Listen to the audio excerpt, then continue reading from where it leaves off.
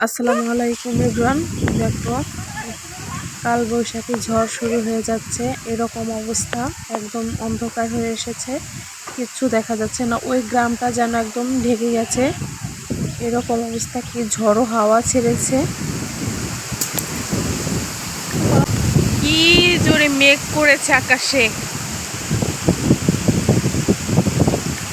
অন্ধকার হয়ে এসেছে, একদম দেখা যাচ্ছে না। কি অবস্থা দেখো, কত ঝড়ো বাতাস ছেড়েছে।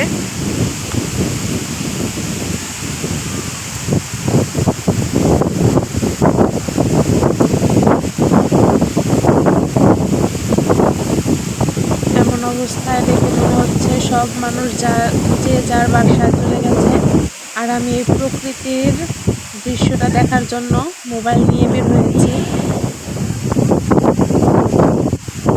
এর সামনে একটি মাঠ আছে, সেখানে ধান শুকাতে গিয়েছিল, ওরাও খুব তাড়াহুড়া করছে ধানগুলো শুকানোর জন্য। কি একদম ঘোলা হয়ে গিয়েছে, দেখো কি বাতাস। আমার খুবই ভালো লাগছে, আবার ভয়ও লাগছে।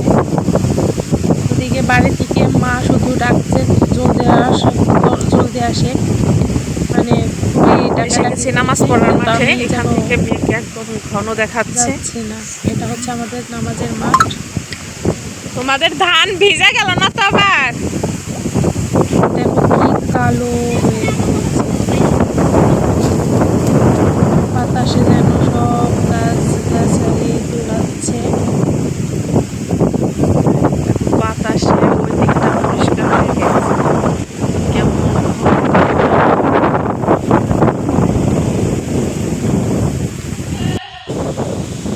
ভয় করে। এমন বাতাস হলে যেন মনে হচ্ছে যে গাছগাছালি যদি ভেঙে এসে ঘাড়ে পড়ে, তাহলে তো ভীষণ ভয়।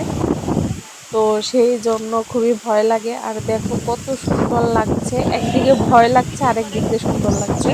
প্রকৃতির এমন দৃশ্য দেখে মনে খুবই ভালো লাগছে। জানি না সামনে রাতে কি অবস্থা হবে, কারণ ঘূর্ণিঝড় হলে তো অনেকেরই অনেক ক্ষয়ক্ষতি হবে। এই চকে অনেক পেঁয়াজ রসুন বুনেছে, তো তাদেরও অনেক ক্ষতি হবে, ঘর বাড়ি। আল্লাহ যেন সবাইকে হেফাজতে রাখে, সব জিনিসই যেন ঠিকঠাক থাকে, আল্লাহ যেন সবাইকে রক্ষা করে। তো তোমরা সকলেই আমাদের সাথে থেকো, আর আল্লাহর কাছে দোয়া চেয়েও যেন আল্লাহ কারো কোনো ক্ষতি না হয়। আল্লাহ তুমি সকলের সহায় থেকো।